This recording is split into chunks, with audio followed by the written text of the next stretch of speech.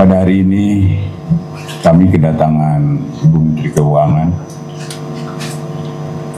Memang beberapa hal yang kami bahas tadi pagi, ada hal-hal yang memerlukan penjelasan juga kepada teman-teman wartawan. Antara lain adalah dugaan tindak pidana korupsi atau fraud dalam pemberian fasilitas kredit Lembaga Pembiayaan Ekspor Indonesia (LPI), yang mana sebenarnya tindakan ini sudah cukup lama, dan pagi ini nanti Ibu Menteri akan menjelaskan apa dan mengapanya sehingga perkara ini diserahkan pada kami. Untuk itu silakan Ibu. Bismillahirrahmanirrahim. Assalamualaikum warahmatullahi wabarakatuh. Om Swastiastu, Namo Buddhaya, salam kebajikan. Rekan-rekan pers, media yang saya hormati, hari ini saya datang untuk kembali meningkatkan sinergi kerjasama antara Kementerian Keuangan dengan Kejaksaan Agung. Seperti diketahui bahwa kami dua instansi itu terus bekerja erat di dalam rangka penegakan hukum di bidang keuangan negara yang selama ini sudah dilakukan untuk berbagai hal, termasuk kasus BLBI yang juga dengan Pak Jaksa Agung dan kasus-kasus penanganan lainnya. Hari ini kita khusus memfokuskan kepada LPI. Seperti diketahui, LPI adalah Lembaga Pembiayaan Ekspor Indonesia, yaitu lembaga keuangan pemerintah Republik Indonesia yang dibentuk dengan undang-undang khusus, yaitu Undang-Undang Nomor 2 Tahun 2009, makanya disebutnya sui generis. Dan LPI memiliki tanggung jawab misi yang sangat penting, yaitu mendorong pertumbuhan ekonomi Indonesia melalui kegiatan ekspor. Ekspor adalah salah satu aktivitas ekonomi yang sangat penting, baik di dalam meningkatkan daya kompetisi perekonomian Indonesia di pasar global, maupun dan utamanya untuk memberdayakan UMKM kita di dalam kegiatan untuk bisa menembus pasar ekspor dunia. Kementerian Keuangan dalam hal ini sebagai bendahara negara mendukung LPI agar mampu menjalankan misinya untuk tadi mendorong ekspor Indonesia dan meningkatkan daya kompetisi dari para eksportir Indonesia. Untuk bisa menerapkan misi tersebut, LPI harus terus membangun kompetensi dan tata kelola yang baik.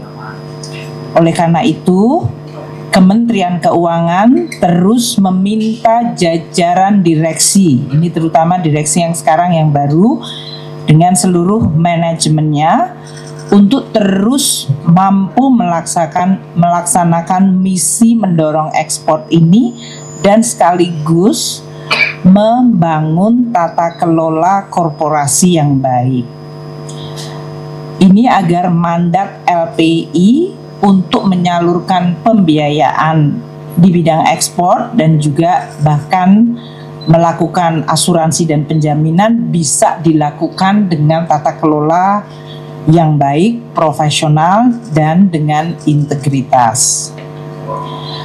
Pada saat ini LPI telah dan terus melakukan penelitian terhadap kredit-kredit bermasalah.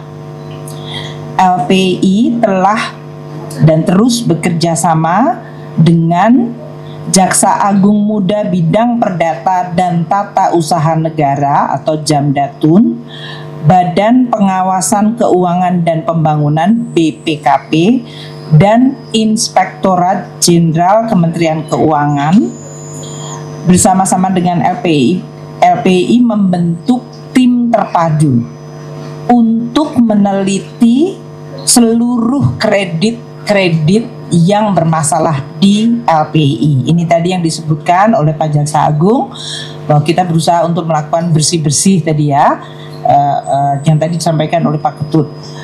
Nah, dengan tim terpadu antara LPI BPKP, Jamdatun, dan Inspektorat Jenderal Kementerian Keuangan, kami telah menerima laporan hasil penelitian terhadap kredit-kredit bermasalah di LPI tersebut.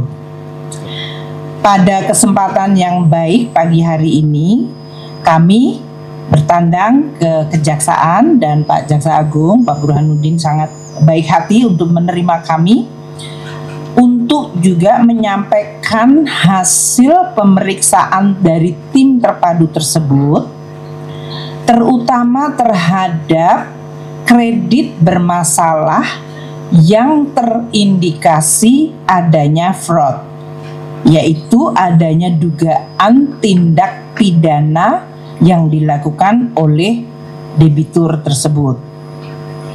Kami terus menegaskan kepada direksi dan manajemen LPI untuk terus meningkatkan peranannya dan tanggung jawabnya, dan harus membangun tata kelola yang baik, zero tolerance terhadap pelanggaran hukum, korupsi, konflik kepentingan, dan harus menjalankan sesuai mandat Undang-Undang Nomor 2 2009. Kami juga mendorong LPI untuk terus melakukan inovasi dan koreksi, dan bersama-sama dengan tim terpadu tadi, yaitu BPKP, Jamdatun, dan Inspektorat, untuk terus melakukan pembersihan di dalam tubuh LPI dan neraca LPI. Hari ini khusus kami menyampaikan 4 debitur yang terindikasi fraud dengan outstanding pinjaman 2,5 triliun. Untuk seterusnya Bapak Jaksa Agung akan menyampaikan. Terima kasih Bapak. Silakan Pak. Baik, teman-teman. Jadi untuk tahap pertama, ya, saya katakan tahap pertama adalah 2,5 triliun. Dengan nama debiturnya saya sebutkan, RII sebesar 1,8 triliun, SMR 218 triliun. Ini nama PT ya, nama perusahaannya. Ya. 215 miliar. Ya. 216 miliar. Kemudian PT SFI adalah 1,44 miliar dan PT PRS sebesar 305 miliar.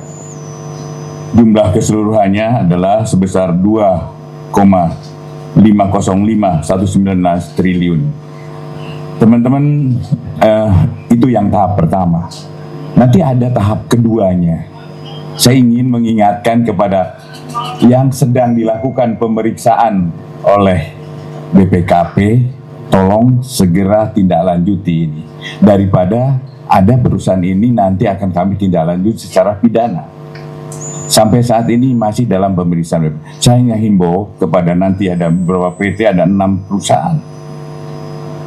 Tolong segera tindak lanjuti apa yang menjadi kesepakatan tadi antara BPKP, kemudian dari inspektoratnya, dari Jamdatun. Tolong ini laksanakan sebelum nanti akan ada penyerahan dalam tahap 2-nya. Itu sebesar 3 triliun. Saya kira itu teman-teman, nanti kalau ingin mengetahui tindak lanjutnya lagi adalah setelah kami melakukan pemeriksaan. Kami akan buka kembali apa yang sebenarnya perbuatan itu dia lakukan. Download Tribun X sekarang, menghadirkan lokal menjadi Indonesia.